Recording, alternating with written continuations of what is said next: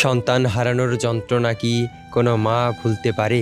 এই পৃথিবীর ছোট্ট জীবনে বোধহয় সবচেয়ে বড় কষ্ট জীবিত অবস্থায় নিজের সন্তানের মৃত্যু দেখতে হওয়া।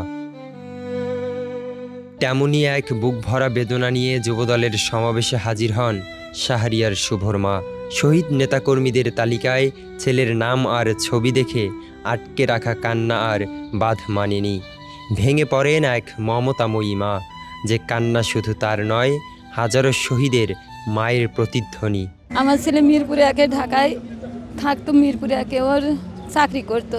ওর ভাই বলেছে যে ভাইয়া যেও না, তুমি বলেছে আমি আসছি নিচে থেকে, 5 তলা থেকে আসছি। বৌমা তখন বলেছে যে তুমি যদি নিচে যাও তাহলে হলো বাবুর জন্য 1000 টাকা নিয়ে যাও খাবার কিনতে। তখন ও হাঁটতে হাঁটতে মিরপুর 10-এর মাঝে গিয়ে ওর গুলি লাগে। 10টার টাইমে আমরা শুনতে পারি যে শুভকে গুলি লেগেছে।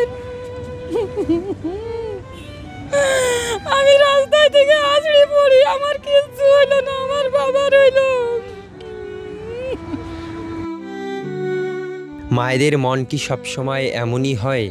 সবাই ভুলে গেলেও মায়েরা ভোলে না। তাদের স্মৃতিতে সন্তানের মুখ সবসময় থাকে ঝাপসা নয়, কান্না ভেজা, কষ্টে দীপ্ত।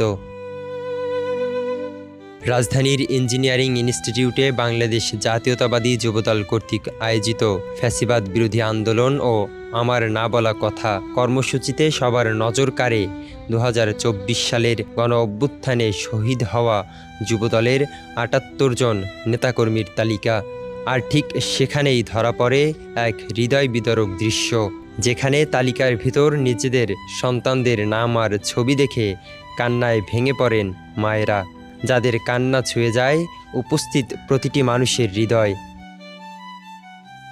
আমাদের এই জুলাই আগস্ট রক্তাক্ত আন্দোলনে আমাদের এই বাংলাদেশের অনেক মায়েরই তার পুত্র সন্তান অথবা মেয়ে সন্তান বা ছোট শিশু বাচ্চা হারিয়েছে। স্বৈরাচার হাসিনা কাউকে ক্ষমা করেনি।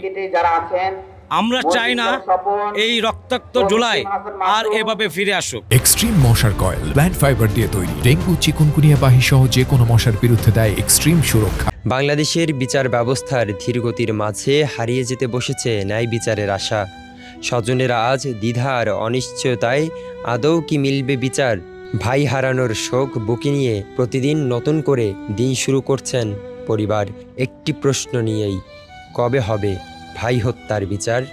বাংলাদেশের বিচার ব্যবস্থা নিয়ে কোনো কথা নেই, কারণ বাংলাদেশের বিচার চাওয়া মানে এটা অনেক লং হবে, এটা অনেক দীর্ঘস্থায়ী হবে, এটাই আমরা জানি আর কি। রুহুল আমিন, বাংলা নিউজ 24, ঢাকা।